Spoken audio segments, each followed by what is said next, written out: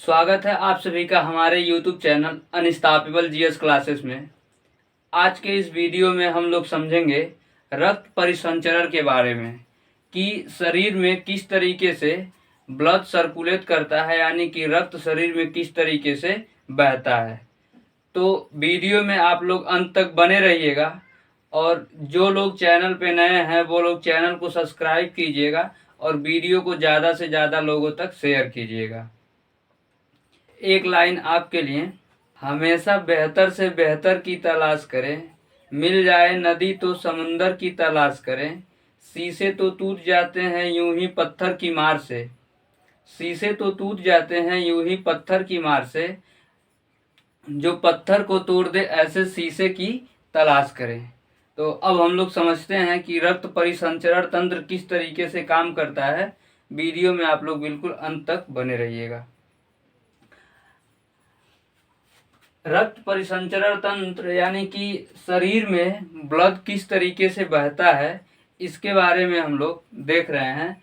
तो सबसे पहले हम बात करें कि जो रक्त सर्कुलेट होता है वो कितने तरीके से सर्कुलेट होता है शरीर में, यानी कि अलग अलग जंतुओं में किन किन तरीके से ब्लड सर्कुलेट करता है, इसके बारे में हम लोग सबसे पहले समझते हैं। तो सबसे पहले हम लोग देखते हैं कि ओपन ब्लड सर्कुलेशन क्या होता है, यानी कि जो ब्लड का सर्कुलेशन है वो खुला ब्लड सर्कुलेशन क्या होता है।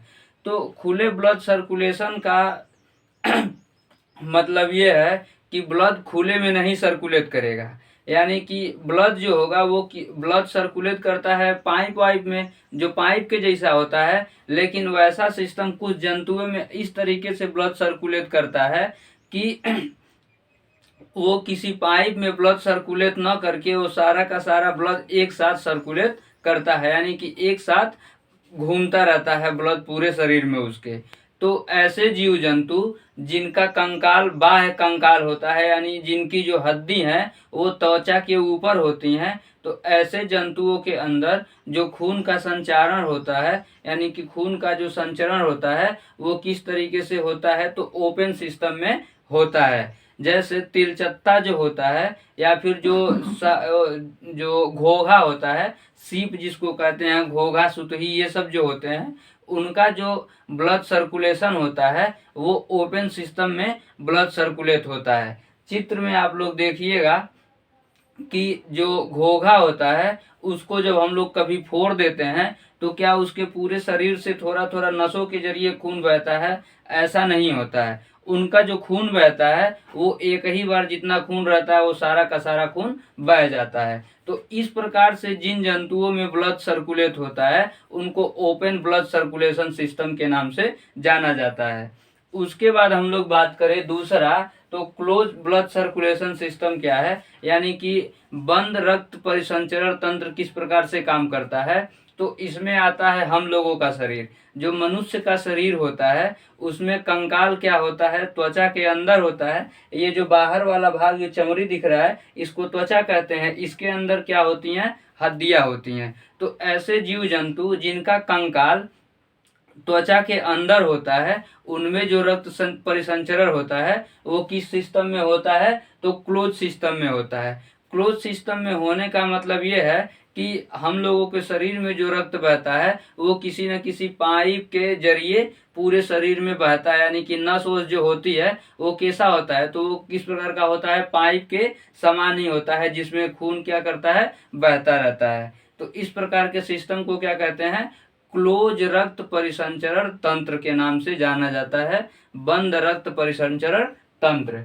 अब हम लोग बात करें तीसरा का, जो मिक्स है। मिक्स में क्या होता है कि खुला भी होता है और बंद भी होता है, दोनों का जो सम्मिलित रूप होता है उसको मिक्स ब्लड सर्कुलेटरी सिस्टम के नाम से जाना जाता है। तो जो मिक्स ब्लड सर्कुलेटरी सिस्टम है ये मछलियों में पाया जाता है, क्योंकि मछली में क्या होता है, उसके आधे शरीर में तो खून जो होता है वो नसों में बहता है, यानी कि पाइप में बहता है, और बाकी आधे शरीर में उसका जो ब्लड होता है वो पाइप में न बह के सम्मिलित रूप से रहता है। जब आप मछली को काटेंगे तो जैसे उसके गलफरे के नीचे से मछली को काटा जाएगा, मछली का जो गलफरा होता है उसके नीचे से जैसे मछली को काटेंगे तो उसका खून क्या होता है, एक ही साथ में वो सारा का सारा खून गिर जाता है। तो इस प्रकार से जो मछली का रक्त परिसंचरण तंत्र है वो कैसा होता है, तो मिक्स होता है, यानी कि आधा खुला होता है और आधा बंद होता है। अब हम लोग बात करें कि जो रक्त परिसंचरण होता है ये दो भागों में कंप्लीट होता है। एक तो होता है कि जो शरीर में, हमारे पूरे शरीर में जो रक्त संचार करता है, एक ये होता है, और एक ये होता है, एक होता है दूसरा वाला जो हृदय में रक्त का संचार होता है। तो हृदय के अंदर यानी कि हार्ट के अंदर किस तरीके से रक्त का संचार होता है, ये दूसरा वाला होता है रक्त संचरण, रक्त परिसंचरण तंत्र का दूसरा भाग होता है। इसको हम लोग अगले वीडियो में समझेंगे। आज हम लोग ये समझेंगे कि केवल शरीर में, यानी कि हृदय को हम लोग छोड़ देंगे, बस केवल शरीर में किस तरीके से रक्त बहता है तो इसकी हम लोग बात करेंगे। तो अब हम लोग देखते हैं कि शरीर में किस तरीके से रक्त बहता है। तो जो मानव का शरीर होता है इसमें जो रक्त बहता है वो पाइप के थ्रू बहता है, यानी कि ट्यूब में बहता है। पाइप बोले तो कुछ नली होती है जिनमें खून क्या होता है, बहता है। अब इन नली, ये जो नली होती है जिसमें खून बहता है उसको कहा जाता है रक्तवाहिनी। रक्तवाहिनी यानी कि ब्लड वीसल्स के नाम से इनको जाना जाता है, जिसमें मुख्य रूप से दो प्रकार की रक्तवाहिनियां होती हैं जिनको धमनी और शिरा के नाम से जाना जाता है। किसके नाम से जाना जाता है, तो धमनी और शिरा के नाम से जाना जाता है। अब ये धमनी और शिरा जो होते हैं वो बिल्कुल पाइप के जैसे होते हैं। इसमें देखिए ये क्या है, ये एक पाइप है। तो धमनी और शिरा कैसे होते हैं, धमनी और शिरा बिल्कुल पाइप के जैसे होते हैं, इनके बीच में क्या होता है, छेद होता है। अब हम लोग समझें सबसे पहले धमनी के बारे में। तो धमनी को इंग्लिश में आर्टरी के नाम से धमनी को जाना जाता है। अब ध से धमनी, ध मतलब क्या होता है, धनी लोग। ध से धमनी और ध से धनी लोग। तो धनी लोग क्या होते हैं, बढ़िया खाना खाते हैं, बढ़िया कपड़ा पहनते हैं, मतलब शुद्ध दिखते हैं। कैसे दिखते हैं धनी लोग, तो वो लोग कैसे दिखते हैं, शुद्ध दिखते हैं। तो जो उसको हम बस आपको ट्रिक बता रहे हैं, ये नहीं है कि जो धनी लोग होते हैं वही शुद्ध दिखते हैं, गरीब लोग भी शुद्ध दिखते हैं, बस समझने के लिए। ध से धमनी और ध से धनी लोग। धनी लोग कैसे रहते हैं, तो शुद्ध रूप से रहते हैं। तो शुद्ध रूप से रहने का मतलब जो धमनी होती है इसमें शुद्ध रक्त बहता है। धमनी में कैसा रक्त बहता है, तो शुद्ध रक्त बहता है। अब शुद्ध रक्त होने का मतलब यह है कि ये नहीं है कि उसको बहुत साफ सुथरा किया गया, ऐसा नहीं होता है। शुद्ध रक्त का मतलब ये होता है कि उसमें ऑक्सीजन मिला हुआ है। खून में क्या है, ऑक्सीजन मिला हुआ है, अभी तुरंत खून में ऑक्सीजन मिला हुआ है। तो इस प्रकार का जो खून होता है उसको क्या कहते हैं, शुद्ध खून या शुद्ध रक्त कहते हैं। तो धमनी में कैसा खून बहता है, तो शुद्ध खून बहता है धमनी में। अब जो धमनी होती है इससे क्या होता है कि ये हार्ट, धमनी क्या होती है, हार्ट से कनेक्टेड होती है, यानी कि हार्ट जो हृदय से पाइप निकली होती है खून को पूरे शरीर में लेके जाने के लिए, उसी को धमनी कहते हैं। और जो यही जो धमनी है ये क्या करती है, हृदय से पूरे शरीर में खून को लेके जाती है। धमनी क्या करती है, हार्ट से पूरे बॉडी में खून को लेके जाती है। अब खून को पूरे बॉडी में लेके जाना है तो ऐसे तो जाएगा नहीं अपने मन से, उसको धकेलना पड़ेगा खून को, तब जाएगा। तो हृदय में क्या होता है कि पंप होता है, हृदय हार्ट के अंदर क्या होता है, पंप होता है, जो प्रेशर के जरिए खून को पूरे शरीर में धकेलता है। अब वो प्रेशर कितना होता है, तो वो प्रेशर होता है 120। डॉक्टर से जब हम लोग जाते हैं अपना बीपी नपवाने के लिए, तो बीपी का मतलब होता है ब्लड प्रेशर। तो ब्लड का प्रेशर कितना होता है, तो डॉक्टर क्या करता है, ब्लड प्रेशर आपका नापता है और बताता है कि इतना ब्लड प्रेशर है, यानी कि कितने प्रेशर से खून आपके शरीर में संचार कर रहा है, उसी को ब्लड प्रेशर के नाम से जाना जाता है। तो हृदय क्या करता है, 120 प्रेशर से खून को धकेलता है, खून को धकेलता है। यानी कि जब हृदय 1 सेकंड में 72 बार जब वो धड़कता है, यानी कि 1 मिनट में हृदय 72 बार धड़कता है, तो 72 बार फोर्स लगा के क्या करता है, धकेलता है। किसको? खून को धकेलता है। कहाँ पे? तो पूरे शरीर में खून को धकेलता है। कौन धकेलता है? तो हृदय धकेलता है। प्रेशर लगा के धकेलता है हृदय। तो वो धमनी में क्या करता है, खून को आगे की तरफ हमेशा धकेलता रहता है। उसके बाद क्या होती है कि ये जो धमनी जो होती है ये गहराई में होती है। गहराई का मतलब ये है कि ये जो नस वस दिख रही है ये धमनी नहीं है। ये वाली जो नस दिख रही है ये वाली, ये धमनी नहीं है, क्या है, ये सिरा है। तो धमनी जो होती है इसके अंदर होती है। इसके अंदर इसलिए होती है क्योंकि भगवान को पता था कि आदमी बहुत खचरा होता है, ये कुछ न कुछ करता रहेगा हमेशा, तो कहीं न कहीं इसका कटेगा पिटेगा। और जब धमनी में कट जाएगा तो खून रुकेगा नहीं, एकदम छिचकारी मार के बहेगा खून।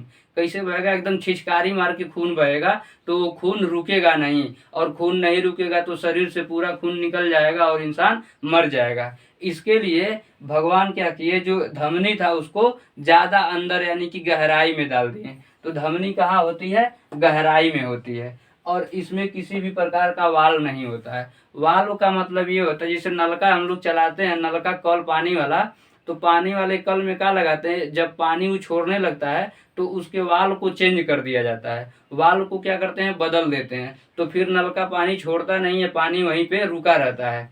तो वाल्व को किस लिए प्रयोग किया जाता है? रोकने के लिए। किसी भी चीज को रोकने के लिए किसका प्रयोग करते हैं? तो वाल्व का प्रयोग करते हैं। लेकिन ये बताइए, जब आप खूब ज्यादा किसी को धकेल रहे हैं, पीछे उसको आने का मौका ही नहीं देंगे, तो वहां पे वाल्व लगाने की कोई जरूरत है? नहीं जरूरत है ना। तो हृदय क्या करता है, खून को हमेशा हुमच के धकेलता है, एकदम खूब तेज धकेलेगा। तो खून क्या होता है, हमेशा आगे बढ़ता रहता है धमनी में, उसको लौट के पीछे आने के लिए कोई जगह ही नहीं बचती है। खून हमेशा बार बार धकेलता रहता है, हृदय बार बार खून को धकेलता रहता है। तो इसमें क्या होता है, धमनी में वाल्व नहीं होता है। और ये जो धमनी होती है ये मोटा होता है, काफी मोटा होता है धमनी। जो धमनी वाली पाइप होती है वो काफी मोटा होता है। मोटा इसलिए होता है कि हृदय बार बार खून को पंप करेगा, बार बार खून को पंप करेगा। और जब मान लीजिए कि कोई एकदम बिल्कुल पतली सी पाइप है, पन्नी जैसे, और उसमें आप बार बार प्रेशर बहुत ज्यादा देंगे तो पन्नी वाला पाइप तो फटने का डर रहेगा। तो इसीलिए क्या होती है, जो धमनी होती है उसकी दीवार कैसी होती है, तो काफी मोटी होती है, जिससे प्रेशर ज्यादा होने पे ये दीवार फटती नहीं है। अब इसके बाद हम लोग बात करें कि इसका जो रंग होता है धमनी का, वो कैसा होता है, तो लाल होता है। धमनी में क्या बहता है, तो शुद्ध खून बहता है, और शुद्ध खून का रंग लाल होता है। तो धमनी का भी रंग कैसा होता है, लाल होता है। अब यहाँ तक हो गया। अब इसके बाद से एक चीज अपवाद है। अपवाद एक पहले हम लोग इसको देखेंगे कि शुद्ध खून बहता है, ये तो मैं आपको बता चुका। अब एक अपवाद बताते हैं कि जो फुसफुस धमनी होती है, फुसफुस धमनी होती है, उसमें कैसा खून बहता है, तो उसमें अशुद्ध खून बहता है। फुसफुस धमनी में कैसा खून बहता है, अशुद्ध खून बहता है। लेकिन अगर इसको कोई अपवाद बताता है तो वो गलत है, क्योंकि उसका कॉन्सेप्ट क्या है उसको आप लोग बढ़िया से समझिए।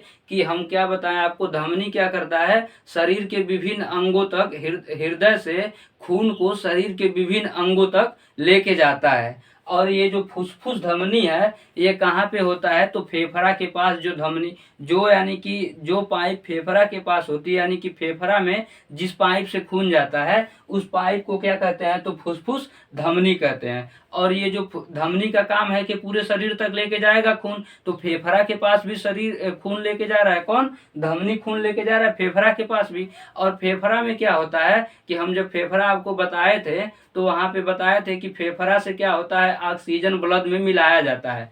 तो जो खून फेफड़े के पास जाता है उस खून में क्या होता है, ऑक्सीजन नहीं होता है, CO2 होता है। लेकिन जो धमनी है वो खून को तो लेके ही तो जा रहा है फेफड़ा के पास, हृदय के पास तो वापस लेके नहीं आ रहा है। तो फेफड़ा के पास जब खून जा रहा है तो उस खून में ऑक्सीजन नहीं रहता है, CO2 रहता है। उस खून में क्या रहता है, CO2 रहता है। लेकिन धमनी क्या कर रही है, खून को लेके जा रही है, तो क्या कहलाएगा, वो धमनी ही कहलाएगा। आज के बाद से आप लोग इसको अपवाद नहीं कहेंगे। कंसेप्ट तो आपका क्लियर हो गया। जब हम हृदय पढ़ाएंगे वहां पे तो बिल्कुल एकदम अच्छे से आपका कंसेप्ट क्लियर हो जाएगा। वो वाला वीडियो भी आप लोग देख लीजिएगा। तो फुसफुस धमनी क्या करती है, यानी कि खून को कहाँ लेके जाती है, फेफड़ा के पास ले जाके खून को दे देती है। अब यहाँ तक तो काम हो गया धमनी का। अब फिर इसके बाद हम लोग देखेंगे सीरा के बारे में। सीरा क्या करता है, तो सीरा का जो मुख्य काम है वो पूरे शरीर से खून को वापस ला के किसको देता है, तो हृदय को देता है खून को। पूरे शरीर से खून को वापस लाएगा और किसको देगा, हृदय को देगा। कौन, सीरा। तो सीरा में कैसा खून, अब पूरे शरीर तक तो बढ़िया खून पूरे शरीर में अपने फैल गया, पूरे शरीर में बढ़िया खून फैल गया है। अब इस खून में जितना ऑक्सीजन था शरीर उसको सोख लिया। अब खून में ऑक्सीजन बचा नहीं, तो वो खून कैसा हो गया, अशुद्ध हो गया। तो अशुद्ध खून को कौन लेके आएगा फिर वापस शुद्ध करने के लिए, तो सीरा लेके आएगा फिर वापस उसको शुद्ध करने के लिए। अब सीरा क्या करता है, पूरे बॉडी से खून को कहाँ लेके जाता है, हार्ट में, यानी कि हृदय के पास लेके जाता है खून को। अब जब वापस लेके जाएंगे तो जब आपका काम हो गया फिर वापस जाने के लिए किसी प्रेशर की जरूरत होती है कि नहीं होती है, तो किसी भी चीज को गति करने के लिए थोड़ी बहुत प्रेशर की जरूरत होती है। तो इसमें क्या होता है कि जो सीरा में जो प्रेशर होता है खून का वो कितना होता है, तो 80 होता है। 80 पारे के, जो पारे का जो दाब होता है 80 उतना ही होता है, ये पारे के 80 mg दाब के जो बराबर होता है। उसके बाद से ये त्वचा के नीचे होता है। तो जो सिरा होता है इसमें प्रेशर बहुत ज्यादा तो होता नहीं है, और पूरे शरीर में प्रेशर के साथ खून गया था। जब वो खून कम प्रेशर में, ज्यादा प्रेशर से खून गया था, जब वो खून कम प्रेशर के साथ वापस लौटेगा, कम प्रेशर के साथ जब खून वापस लौटेगा तो दीवार अगर पतली रहेगी, मान लीजिए कम प्रेशर है और दीवार थोड़ी सी पतली भी रहेगी, तो क्या होगा, पाइप फटेगा नहीं, फटेगा ना। प्रेशर कम रहेगा और दीवार थोड़ी सी पतली रहेगी तो पाइप नहीं फटेगी। तो इसकी वजह से क्या होता है कि जो सिरा होता है उसकी जो दीवार है उसमें प्रेशर कम होता है और उसकी दीवार जो है वो पतली होती है, दीवार पतली होती है, और भगवान इसको ऊपर ही रख दिए। तो ये वाली जो नस दिख रही है, ये वाली जो नस वस दिख रही है, यानी कि जो हाथ में, हम लोगों के हाथ में पैर में कहीं भी हल्का नीले नीले रंग की जो नस दिखती है वो सारी की सारी क्या है, तो वो सारा का सारा सिरा है। जो हल्के नीले कलर का नस दिखता है वो सारा का सारा क्या है, वो सिरा है। तो सिरा कहाँ होता है, जस्ट त्वचा के, ये त्वचा है और इसके जस्ट नीचे क्या होता है, सिरा होता है। उसमें जो खून बहता है सिरा में उसका प्रेशर क्या होता है, तो कम होता है। अब इसमें जब प्रेशर कम रहेगा, मान लीजिए आप किसी को धकेलेंगे नहीं तो हो सकता है वापस आ जाए। तो खून, जो अशुद्ध जो खून है वो वापस ना आए उसके लिए भगवान क्या किए, उसमें वाल्व लगा दिए। ये देखिए, ये सारा ये सिरा बनाए हुए हैं हम, और इसमें ये वाला क्या लगाए हुए हैं, बीच में जो बना हुआ है ये वाल्व है। वाल्व क्या करेगा, खून को क्या करेगा, रोक के रखेगा। यानी कि जब यहाँ से खून जो जा रहा होगा, ये वाला जो खून जाएगा इस वाले चेंबर में, जैसे खून पहुंचेगा यहाँ से लॉक हो जाएगा, लॉक हो जाएगा तो खून यहाँ में रहेगा। फिर खून यहाँ से जाएगा तो फिर ये वाला खून और आगे बढ़ जाएगा, और यहाँ से जो खून जाएगा फिर यहाँ पे आके इकट्ठा हो जाएगा। ये पहले वाला खून यहाँ पे चला जाएगा और यहाँ वाला खून यहाँ पे चला आएगा। तो वाल्व के जरिए वो खून क्या रहेगा, रुक जाएगा। ये खून रुक जाएगा वाल्व के जरिए, क्योंकि इसमें क्या है, प्रेशर कम है। अब प्रेशर कम है, इसी तरीके से ये धीरे धीरे खून क्या रहता है, इसमें आगे की ओर चलता रहता है, हृदय के पास पहुंचता रहता है। अब सीरा का रंग, सीरा कैसा होता है, तो पतला होता है, और इसका रंग कैसा होता है, नीला होता है। जो लोग बहुत गोरे होते हैं, बहुत जो उज्जर, जो एकदम गोरहर के होते हैं अंग्रेजी जैसे, उनका क्या होता है, शरीर वरीर पे देखेंगे हरियर हरियर सब नस दिखेगा, हरियर हरियर जो सब नस दिखता है वो क्या है, वो सब का सब सीरा है। उसको काटेंगे तो खून बहने लगेगा, लेकिन खून कैसे बहेगा, धीरे से बहेगा। अब इसके बाद हम लोग बात करें कि जो सिरा में हम बताएं आपको कि अशुद्ध रक्त बहता है, तो अशुद्ध रक्त बहने का मतलब ये नहीं कि उसमें ईंटा पाथर गिट्टी सब मिला हुआ है। वो क्या है कि उसमें बस ऑक्सीजन नहीं है, ऑक्सीजन पूरे शरीर में बच गया है। तो वो कैसा खून हो गया? जब खून में ऑक्सीजन नहीं है तो वो कैसा होगा? अशुद्ध ब्लड के अशुद्ध खून उसको कहा जाएगा। अब एक इसमें भी अपवाद बताया जाता है कि जो फुसफुस शिरा होता है इसमें शुद्ध खून बहता है। फुसफुस शिरा में शुद्ध खून बहता है, ये अपवाद नहीं है, यहाँ भी कॉन्सेप्ट की कमी है। फुसफुस शिरा का क्या काम क्या होता है कि पूरे शरीर से ब्लड को इकट्ठा करके और लेके आना होता है कहाँ पे? हृदय में। लेकिन जब हृदय में जो खून फेफड़ा के पास जो चला जाता है, फेफड़ा में खून, वहां से जब ऑक्सीजन मिला दिया जाता है फेफड़ा में क्या होता है कि ब्लड में ऑक्सीजन मिलाया जाता है फेफड़ा में, और उस ऑक्सीजन मिलाए हुए खून को जो पाइप लेके आती है हृदय में, तो वो क्या, वो भी तो शिरा ही है, हृदय में लेके आ रही है पाइप, तो क्या कहलाएगी? यानी कि जो पाइप खून को लेके आ रही है हृदय में उसको शिरा कहेंगे। और वही शिरा वाला जो पाइप है वो कहाँ, वो खून को लेके जा रहा है किसमें? शुद्ध खून को लेके जा रहा है कहाँ पे? हृदय में लेके जा रहा है शुद्ध खून को, क्योंकि इस खून में क्या मिल चुका है? इस खून में मिल चुका है ऑक्सीजन। तो शुद्ध खून को, ऑक्सीजन युक्त खून को जब आप हृदय में लेके जाएंगे तो वो शुद्ध खून कहलाएगा, और जो हृदय में लेके जाने वाली पाइप है वो शिरा कहलाएगी। तो जो फुसफुस शिरा होती है वो शुद्ध खून को फेफड़ा से लेके जाती है कहाँ पे? हृदय के पास लेके जाती है, जहां से फिर क्या करता है? हृदय पंप करता है खून को, तो खून फिर धमनी में होके पूरे शरीर में फैलती है। अब हम लोग बात करें कि हमारे शरीर में जो होता है, यहाँ तक तो देख लिए आप लोग कि धमनी क्या कर रही है? शुद्ध खून को पूरे शरीर में लेके जा रही है। और शिरा क्या कर रहा है? अशुद्ध खून को पूरे शरीर से लेके आ रहा है कहाँ पे?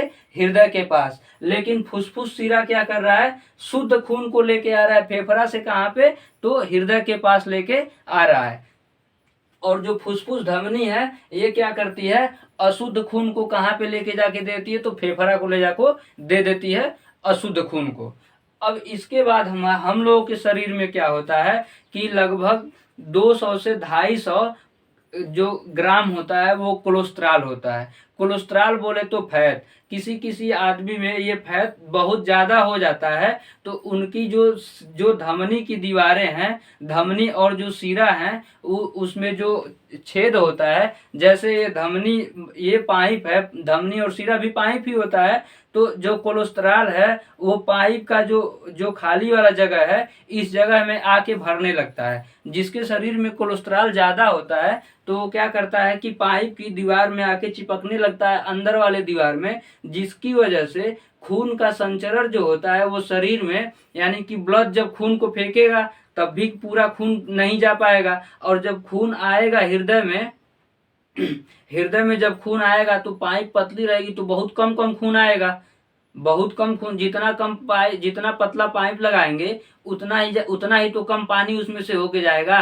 तो जो शिरा की दीवारें होती हैं वो क्या होती है, उनमें कोलेस्ट्रॉल जम गया, उसका रास्ता जाम हो गया, बीच में अवरोध कर दिया, तो पूरी जितना मात्रा में खून का परिसंचरण होना चाहिए उतनी मात्रा में खून का परिसंचरण नहीं हो पाता है। तो ये जो जम जाता है उसको क्या कहते हैं हम लोग? लूमेन कहते हैं। यानी कि जो शिरा और धमनी की जो ट्यूब होती है, खाली जगह होती है, उसमें जब कोलेस्ट्रॉल जम जाता है तो उसको क्या कहते हैं? लूमेन कहते हैं। जिसकी वजह से रक्त का जो संचरण होता है वो शरीर में सही ढंग से नहीं हो पाता है। तब क्या करना पड़ता है? तब करना पड़ता है उस आदमी का बाईपास सर्जरी, यानी कि हृदय का जो ऑपरेशन होता है इसको बाईपास सर्जरी कहते हैं। और इसके जरिए क्या किया जाता है? एक दूसरे पाइप को ले आके और हृदय से जो, अगर शिरा में कोलेस्ट्रॉल जमा हुआ है तो शिरा को लाके हृदय से जोड़ देंगे, और धमनी में जमा हुआ है तो धमनी को लाके हृदय से जोड़ दिया जाएगा। उसके बाद से क्या होने लगता है? रक्त अच्छे से उसमें परिसंचरण होने लगता है, जिसकी वजह से व्यक्ति के हार्ट अटैक की जो संभावना रहती है वो बिल्कुल कम हो जाती है। तो अगर किसी के मतलब पेट पे ज़्यादा फैट बना हुआ है तो उनको हार्ट अटैक की संभावना ज़्यादा रहती है। तो अब उम्मीद है आप लोग इसको समझ गए होंगे कि धमनी क्या होता है, शिरा क्या होता है, और इसमें खून का परिसंचरण किस तरीके से होता है।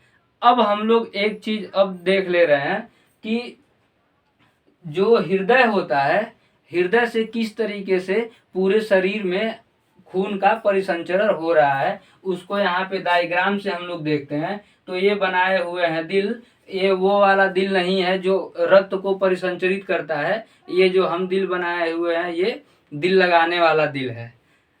तो ये क्या करता है, ये हर्ट है, हर्ट से ऑक्सीजन युक्त जो खून होता है वो महाधमनी में जाता है। महाधमनी की जो पाइप होती है वो ज़्यादा मोटी होती है, और उसके बाद से महाधमनी से खून जाता है कहाँ, धमनी में, और धमनी से फिर खून जाता है कहाँ पे, तो वो जाता है केशिका में जाता है। इसको कैपिलरी कहते हैं, यानी कि बिल्कुल पतले पतले नसों में बत जाता है। यहाँ तक तो खून बिल्कुल मतलब मोटी मोटी पाइपों में जा रहा है, यहाँ छोटी धमनी तक, और छोटी धमनी के बाद से खून क्या हो जा रहा है, बिल्कुल पतली पतली नसों में बत जा रहा है।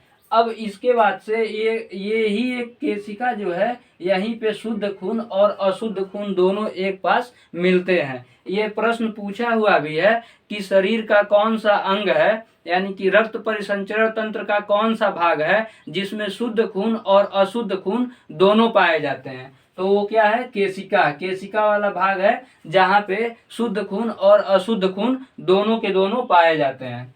इसके बाद से खून क्या होता है, अब केशिका के बाद जितना भी खून में ऑक्सीजन था उसको शरीर सोख लेती है, और सोखने के बाद से अब इस खून में ऑक्सीजन नहीं बचता है, अब इस खून में CO2 आ जाता है, CO2 मिक्स हो जाता है, और फिर ये खून पहले आता है कैपिलरी यानी कि केशिका से आता है सबसे पहले छोटी शिरा में, और फिर छोटी शिरा से आता है शिरा में, और शिरा से फिर आता है महाशिरा में, और महाशिरा से फिर ये चला जाता है कहाँ पे, हृदय को चला जाता है, और हृदय फिर इसमें इसको शुद्ध करके और फिर दोबारा से रक्त को संचारित कर देता है, यानी कि भेजने लगता है। तो ये प्रक्रिया कंटिन्यू चलती रहती है।